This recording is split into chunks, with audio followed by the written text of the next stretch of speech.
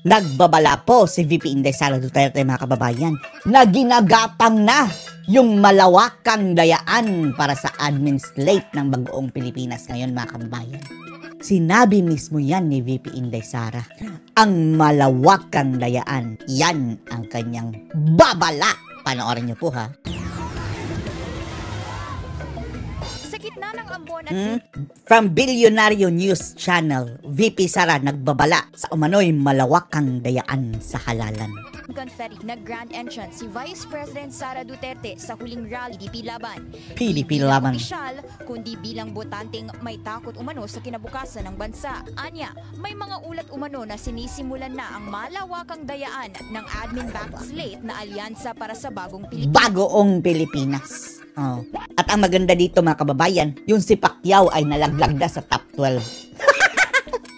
Pero kung matatandaan natin mga kababayan yung sabi ni Glenn Chong, hindi ito dininay hindi ito dininay ng Campo Marcos mga kababayan. Wala tayong narinig na denial dito. Na nung nakaraang 2022, nandaya daw si President Bongbong Marcos mga kababayan dahil although siya talaga ang panalo, hindi daw talaga 31 million ang kanyang nakuhang boto. Mayroon dang hokus-pokus mga kababayan sa pamamagitan ng smart magic para habulin, ipantay sa boto ni Sara ang boto ni Ngagba. Yan mismo ang sabi ni Glenn Chong, which is katakataka mga kababayan, bakit hindi siya kinasuhan? Bakit hindi man lang sumagot mga kababayan? Hindi rin dininay ng kampo ni na Marcos. Kung kaya nilang gawin yan mga kababayan, noon sa Smartmatic, nakalaban pa nila mga kababayan paano pa ngayon na itong pinalit sa Smartmatic mga kababayan, sila mismo ang kanilang hanay ang pumili. Sana nga lang walang ewan lang natin, pero nangamba na si Sara mayroon na siyang babala. Ang binuong alyansa ay isang ng Bagoong Pilipinas. na pagsasanib puwersa ng isang administrasyong walang kakayahan. Correct.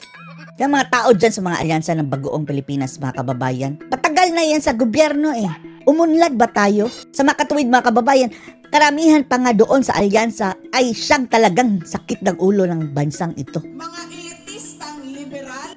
Correct. Mga tinaguriang makabayan na ang tunay na hangar ay manatiling mahirap ang taong bayan.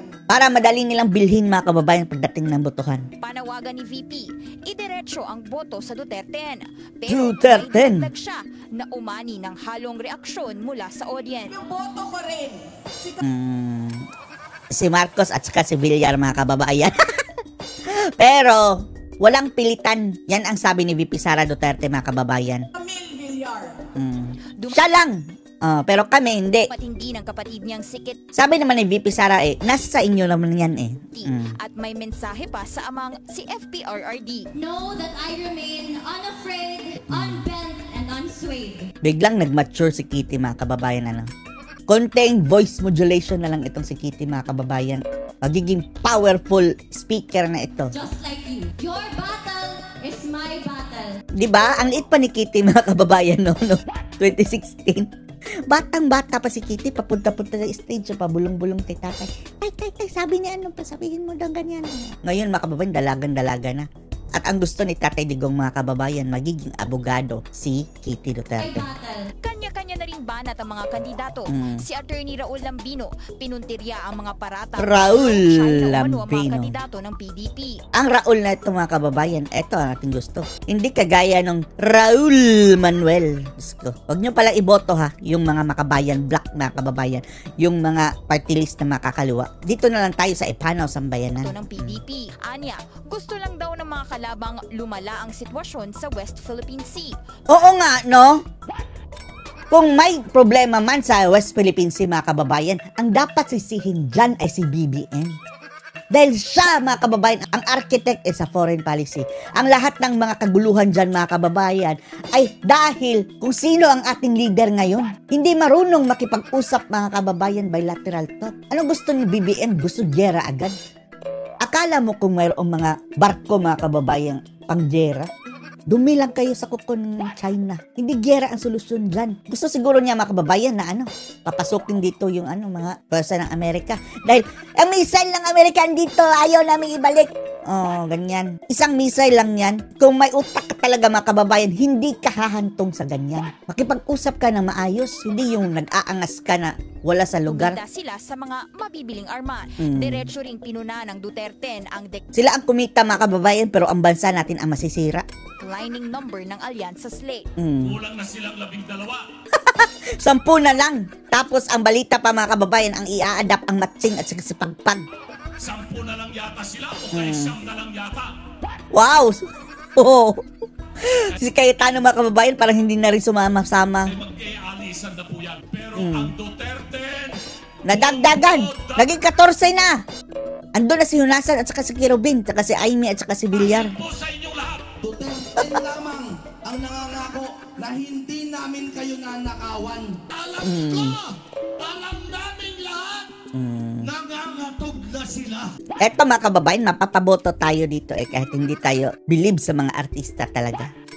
Kaso nga lang mga kababayan kailangan po natin ng mga kakampi ng mga Duterte dyan sa Senado mga kababayan dahil kung hindi, yung charter change nila mga kababayan, habang buhay, irreversible yan mga kababayan. Habang buhay. Pagiging prime minister yung tambaluslos. Di bali na ang sinapilip. Okay na. Basta't hindi lang lulusot yung charter change mga kababayan. Nangangatog sila dahil alam nilang kasinungalingan nila. Lies. Lies. Watak-watak And lies. mga Pilipino. Bakit? JV. Bakit? Dahil traidor Diba si BBM ang sumira mga kababayan sa unit team? Unbothered naman si Sagip Party List Representative Rodante Marcoleta sa mga resulta ng nakaraang survey. Dalawa lang kasi sa slate nila ang nakikita. Imposible mga kababayan na hindi papasok ito si Marcoleta sa survey. Napaka-imposible. Pasok sa Magic 12. At sa latest SWS survey, Ang layo na. 18 si Marcoleta. Number 18? Nilang ba ka survey? Mm. Naniniwala ba kayo sa survey? Yung mga survey mga kababayan ganyan, dapat i-abolish na yan Dahil ginagamit nila mga kababayan na pang mind conditioning. At hindi lang yan mga kababayan. Ginagawa pa itong justification sa future na dayaan.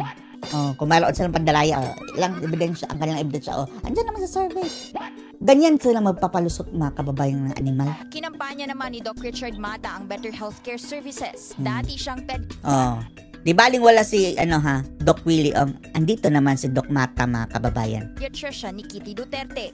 Importante po ang kalusugan. Dahil po kahit mahirap lang tayo, kahit wala tayong pera, Kailangan natin ng doktor din sa mga kababayan sa Senado para mayroong representative ang health sector. pero kung ang kalusugan natin ay covered ng gobyerno, ang pakiramdam Ang problema lang nito mga kababayan ay dahil in-associate niya ang kanyang pangalan sa Marites. Doc Marites Mata. Meaning chismosa. Alisin mo na lang yan, Doc Mata. natin ay mayaman tayo. Agree ba? Nagpadala naman ng video message si Pastor Apollo Kibuloy na Ito si Kibuloy mga kababayan, protest vote natin ito. Ito ang tatama mga kababayan sa mga pang-aabuso na ginagawa ng administrasyon dating ito. spiritual advisor Pasok ni natin yan. FDRRD.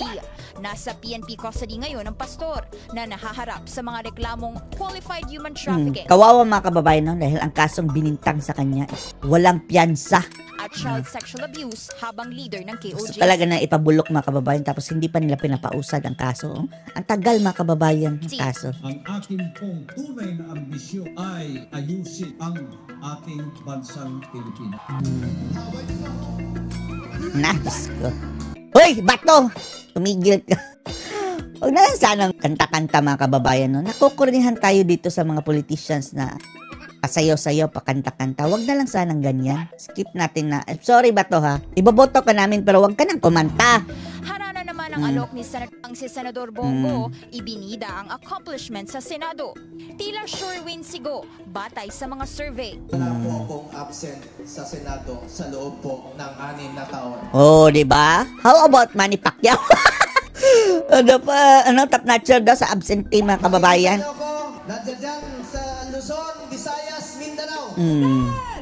Sabay-sabay Sabay na inangat ni VP Sara ang mga kamay ng Duterte na mga manok ng kanyang amang si FPRRD. Ito na ang huling grand rally ng partido bago ang midterm polls sa Lunes. Ito si mas mayado tayo dito kay bigoting Robin Padilla, mga kababayan. Yung sinabi ni Tatay Digong na wag nyo lang ikampanya, wag nyo lang iboto yan si Tolentino. Inendorso ng Robin Hood na ito. Para mo na rin sinabi, Robin, na tanggalan ng isang slot dyan sa inyong hanay. Para sa agenda. So ano masasabi niyo dito, mga kababayan? Post your comments below.